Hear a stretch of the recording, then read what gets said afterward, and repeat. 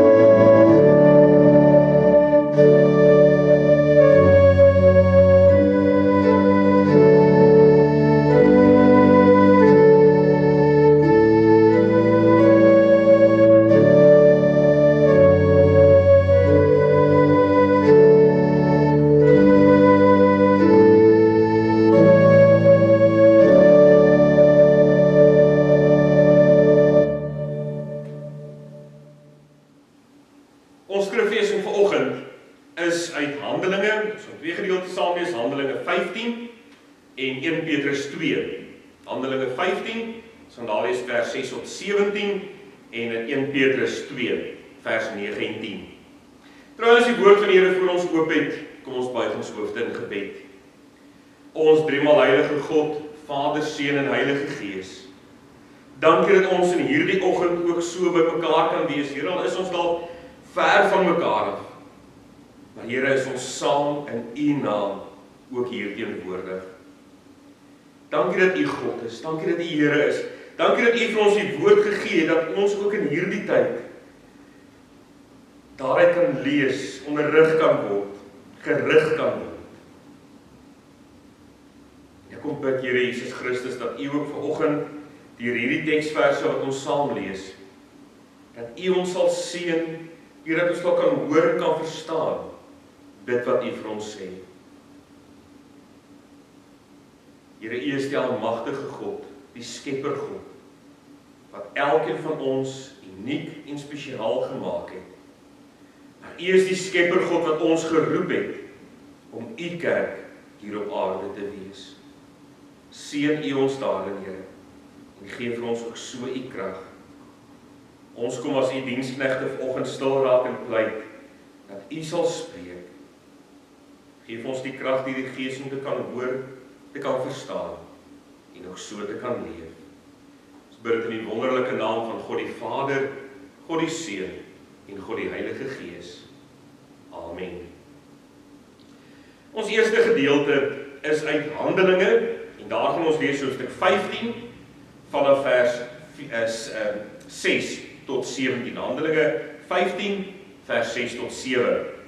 Die apostels en die ouderlinge het toe bymekaar gekom om hierdie vraagstuk te bespreek. Na 'n lang bespreking het Petrus opgestaan vir hulle gesê: "Broers, julle weet dat God my lankal uit julle geleedere gekies het om die evangelie aan heidene nasies te verkondig, sodat hulle kan glo.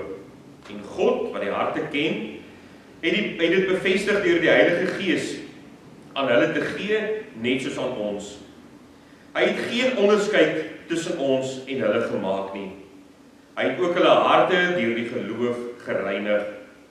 Waarom wil julle dan nou God se geduld op die proef stel, deur op die nek van die gelowige uit die heidene nasies 'n juk te lê, wat ons voorvaders nie in staat was om te dra nie, en ons ook nie?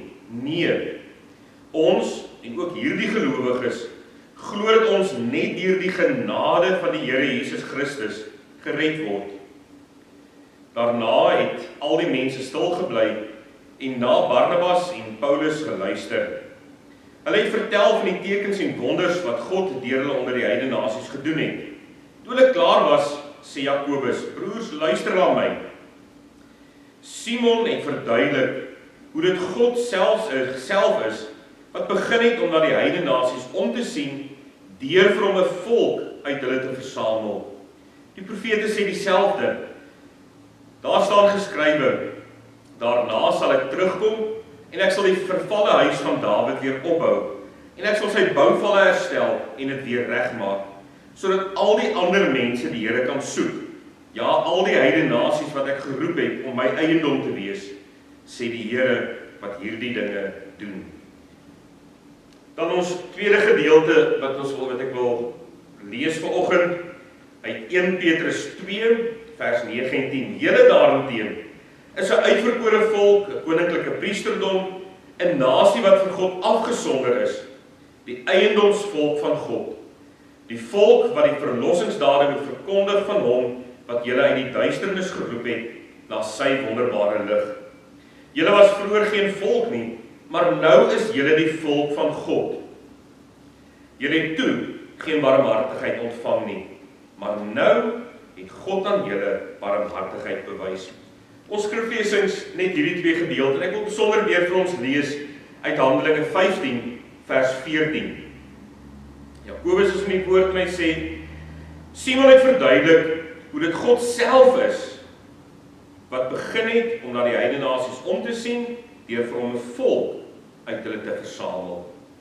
Net hierdie twee gedeeltes, mag die Here ook hierdie woord van ons, of sy woord, ook so in ons harte seën. Ons is besig om te kyk na die kerk van die Here Jesus Christus. Wie en wat is die kerk? Waarmee is ons besig as die kerk van die Here Jesus Christus? Ook in hierdie tyd van afsondering, van grendeltyd, 'n moeilike tyd wat elkeen van ons diep ook raak. Verlede week het ons besonder stil gestaan by ons as geroepenes, waar ons mekaar gesê het, die kerk is nie die gebou nie.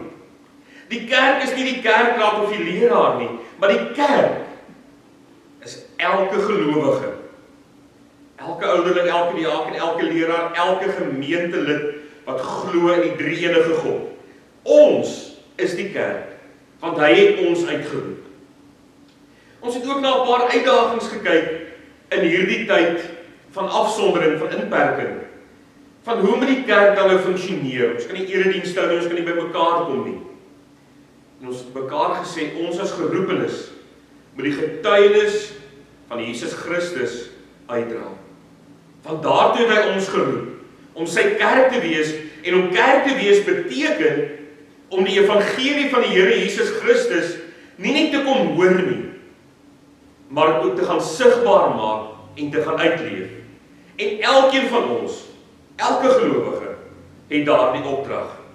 Nou kom ons by die gedeelte in Handelinge en Petrus, 1 Petrus, waar dit baie mooi gestel word dat ek en jy nie net uitgeroepenes is nie, maar dat ons die uitverkore volk van God is. Petrus beskryf dit baie mooi wanneer hy sê, ons is 'n koninklike priesterdom, 'n nasie wat vir God afgesonder is. Ons is die eiendomsvolk van God. Die volk wat die verlossingsdade moet verkondig. Die kerk se plek in die wêreld is geweldig belangrik. En dan praat ons nou nie weer net van die gebou nie, of die instansie nie, of die organisasie nie, maar die kerk, ek en jy, die gelowige, het 'n geweldige belangrike plek in hierdie wêreld. Want vanuit die kerk en deur die kerk gryp die Heilige Gees in die lewe van mense. So in ander woorde, deur my en deur jou as gelowige gryp die Heilige Gees ook na die wêreld wat nie glo nie. Ons is geroep om kerk te wees. Ons is die volk van God. En wanneer ons praat van volk, dan praat ons vir geen oomblik oor 'n spesifieke bevolkingsgroep nie. 'n Spesiale groep nie. Wanneer ons praat van volk, is dit mense wat 'n eenheid vorm. 'n Bevoorregte klomp mense. Hoekom is ons bevoorreg? Want ons is nie maar net lukraak saamgestel nie. God het vir my, God het vir jou uitgekies om deel van sy volk te wees. Om deel van hierdie nuwe volk van hom te wees. Want in hierdie volk leef ons, al is ons uiteenlopend, die liggaam, maar leef ons met een doel voor oë, met een, ek wil amper sê een ideologie, een einddoel, met dieselfde beginsels, die wet van God in ons harte. Daarom is ons 'n eenheid, want ons het 'n gedeelde belang, en dit is die Here Jesus Christus. Nie meer ek nie, nie meer my gevoelens en wat ek graag wil doen nie, maar die een ding wat ons almal gemeen het, en daarom is ons volk, is die woord van God, die lewende Here wat teenwoordig is in my en jou lewe. Wat besig is om te werk in my en jou lewe. Ek en jy as kerk, ons het dit net gesê, of deur my en jou as kerk, gryp die Heilige Gees in die wêreld, vanuit my, uit my uit. Alle woorde, ek moet iets gaan doen. Dit vra van my iets, dit vra dat ek die eerste tree moet gee om die evangelie sigbaar te maak, om die evangelie te gaan verkondig. As volk is ons saamgebind as kerk van die Here Jesus Christus. Ons word as gelowiges in 'n lewende, en dit is baie belangrik, 'n lewende geheel in 'n nuwe sigbare gemeenskap van gelowiges opgeneem. Hoekom sê ek lewendig? Omdat ek en jy as liggaam moet lewe en hierdie liggaam moet voed en aan die gang moet hou en in beweging moet kom. Dit gaan ook daardie op grondvlak, daar waar ek met iemand praat. Waar kan iemand luister? Wanneer ek iemand bemoedig. Daar waar ek met mense saamwerk, saam kuier, daar waar ek op skole saam met hulle, om daar die lewende liggaam van die Here Jesus Christus te wees. Met ander woorde, 'n lewende vinger te wees by mense. 'n Lewende oor, 'n lewende oog. Te kan sien, te kan hoor, te kan voel, 'n lewende tong om God se woord te bring. Deur ons geloof is ons die nuwe eiendomsvolk van God. Ek behoort nie meer aan myself nie. Dit wat vroeër in my ou lewe voor my bekering vir my belangrik was, is nou nie meer belangrik nie. Want wat is nou belangrik in my lewe?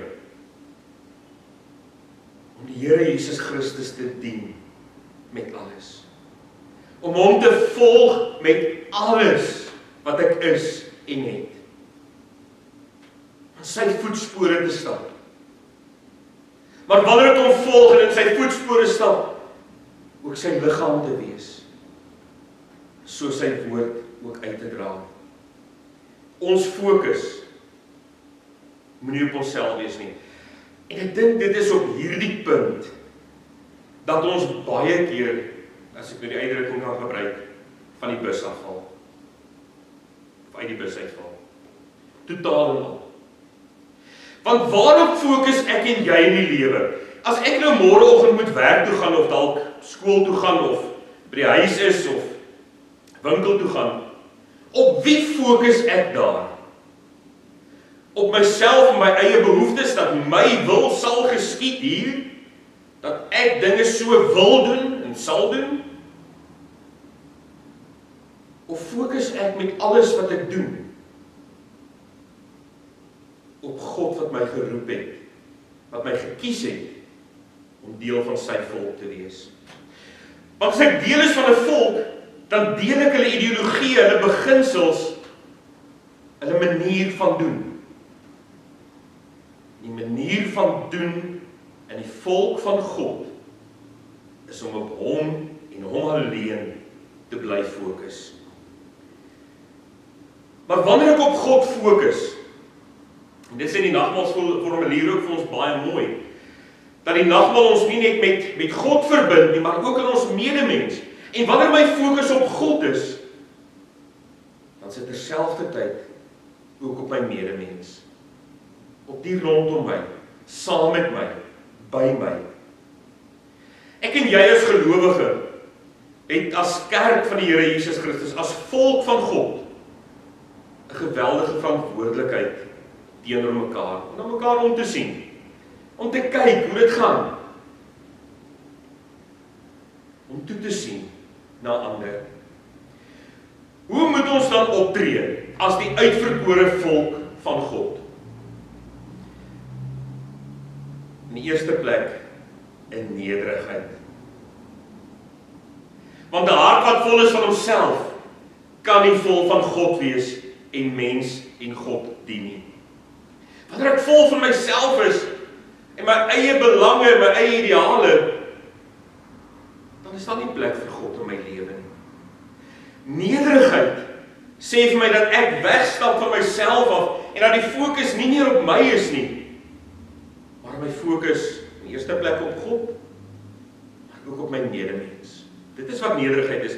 Nederigheid is nie vloerlap nie, dat iemand nou maar oor my kan trap en ek is maar Jannie jammer hier aan die een kant nie. Nederigheid beteken om die belange van ander met wie ek in aanraking kom, eerste te stel. Om God eerste te stel. My medemens eerste te stel. Deur die Heilige Gees leef ek nie meer vir myself nie, maar vir Christus en my medegelowiges. Maar dan in die tweede plek, naas nederigheid, leef ons ook, of moet ons ook diensbaar lewe. Die voorbeeld van Jesus is, dink ek, waarop ek en jy moet fokus. Hy het nie gekom om gedien te word nie, maar om te dien. En daarom het hy gekom en hy het sy disippels se voete gewas. Daarom het hy aan die kruis gegaan, om my en jou te dien. Is ek en jy bereid om 'n spreekwoordelike kruis vasgespijker te word vir ander? Hoe ver strek my diensbaarheid? Net in sover dat dit tot voordeel van my is? Diens aan mekaar beteken om mekaar lief te hê. En lief hê is nie om te praat nie, maar dit is 'n gebeure woord, dit is 'n opdrag wat ek en jy, 'n doen wat ek en jy moet doen.